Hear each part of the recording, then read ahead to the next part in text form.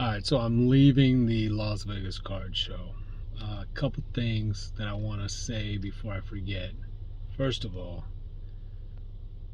I'm really starting to understand how I value things. I think the more shows you go to, the more exposure you get into the hobby, kind of redefines what you value, and it redefines your understanding of what is in the hobby, what's accessible, what's oversaturated.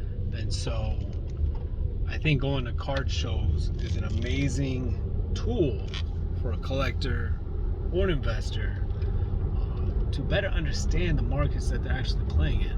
Right? So, still recommend going.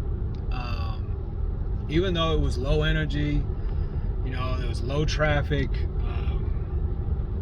I met up and talked with a couple of dealers today, a few dealers, even the great curator. They all pretty much agree: low traffic, low energy. Uh, and unfortunately, I mean, you saw abandoned tables, and they were still there when I left.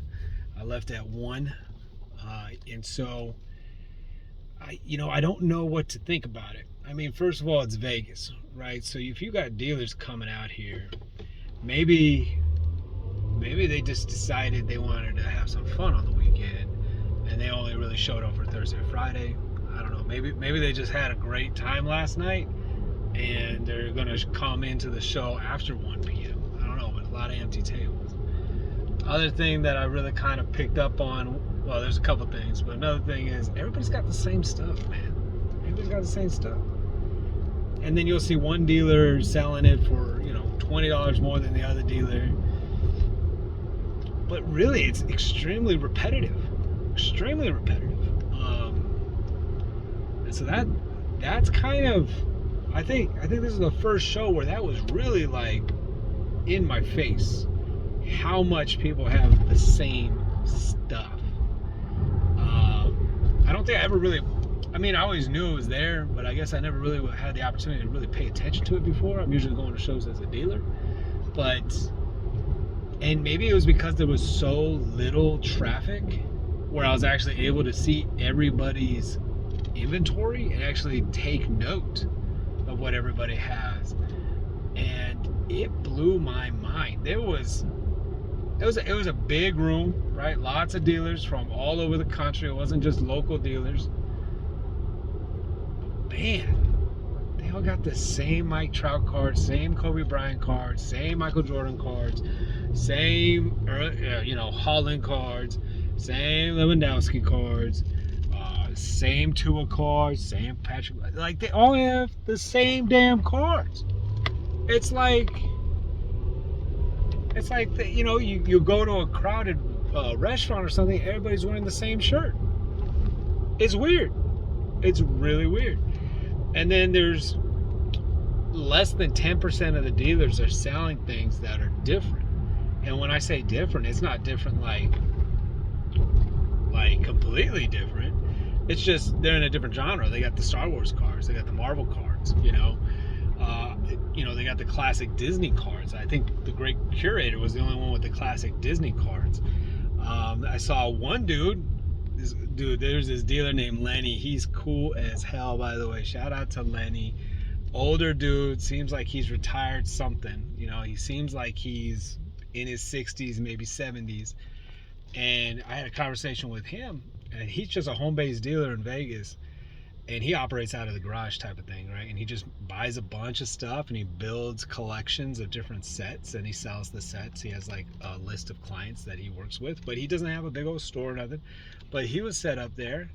It looked like him and his wife, or it could have been a girlfriend or something like that. But and he was just having fun. He was nothing but smiles. Good dude, best prices in the place. But he also had set up a bunch of Legos, not even like package labels, not sealed. Just loose Legos, like just little dudes all around his table. It was freaking awesome. I was like, that's cool. There was one guy selling like Raiders tickets, so like tickets to the game back in the day. There was one dude selling not political. Nobody was selling political anyway. There was two guys selling like memorabilia for actors and actresses. one dude, local dude from Vegas, he bought out like six. I don't know if that's true, but it looked like he bought out like 6 tables. There was a couple dudes over there. Maybe they all went in together. But he had like old Star Wars stuff, like one of a kind Star Wars stuff I've never seen before. Just old school, you know, from the 60s, 70s stuff. That was the best. I mean, it was just out of my price range. I'm not gonna buy him out and put it all up on my wall or anything. And the resale value on that, I don't know, right? Like I don't know that market. How long am I going to be sitting on that for? What? Like, am I going to get my 10% back or not? I don't know. But there wasn't a lot of diversity of products. Everybody had the same sealed wax, and it was like random boxes. I only saw like 2 or 3 people with sealed cases. I mean, everybody had the same stuff. And honestly, being like 100%, I'm not trying to exaggerate. I think at any given time, you could have done like a survey or a poll of who was in the room, and I think there was more dealers and employees than attendees at any given time. I could be wrong, but I'm trying not to exaggerate. It was either equal or there were less attendees than people working at the show. So that was, you know, it was just a weird environment, man. It was really weird. It kind of makes me a little nervous. Like, is this the beginning of the end, or has it already started? I don't know. I haven't been to a card show in a while. Maybe this is normal now. Is this normal? I don't know. Let me know if you've been out to a card show and this is the new normal. Let me know, because I was a dealer at a card show like 3 months ago. That place was packed. I had a great time. I was a dealer. I sold out my entire freaking table. I sold somebody my entire table. Like, I had a great time. This was not that. This was definitely not that. So that was very surprising. Other thing that I want to point out really quick that I don't think anybody's really taken note of, but I'm gonna start actively pursuing this.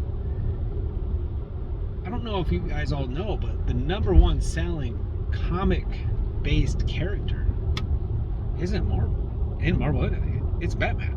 Batman's the #1. And I've been waiting. So I've been kind of like, just like, when is it gonna hit? Spider-Man's #2, right? But it's all Batman's like been #1 for forever. And then it's Spider-Man in the comic book world. And I saw so many Spider-Man cards. Spider-Man metal, Spider-Man base, Spider-Man numbers, Spider-Man this, and I didn't see anybody buy one. Now, I wasn't there all day, every day, keeping an eye on every single Spider-Man card, don't get me wrong. But, you know, I was there a few hours every day. I didn't see any of those Spider-Man cards move. It's not to say that they didn't, it's just I didn't see it, and the Spider-Man cards I did see were still there on the 3rd day that were there on the 1st day. And so, I'm kind of thinking,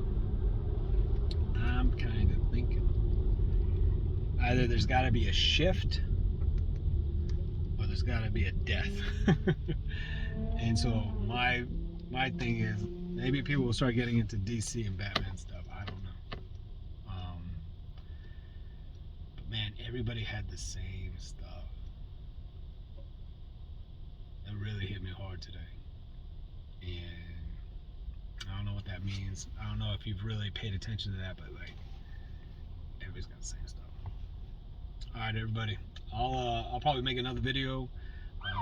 Maybe not. I don't know. Police chasing somebody. Vegas.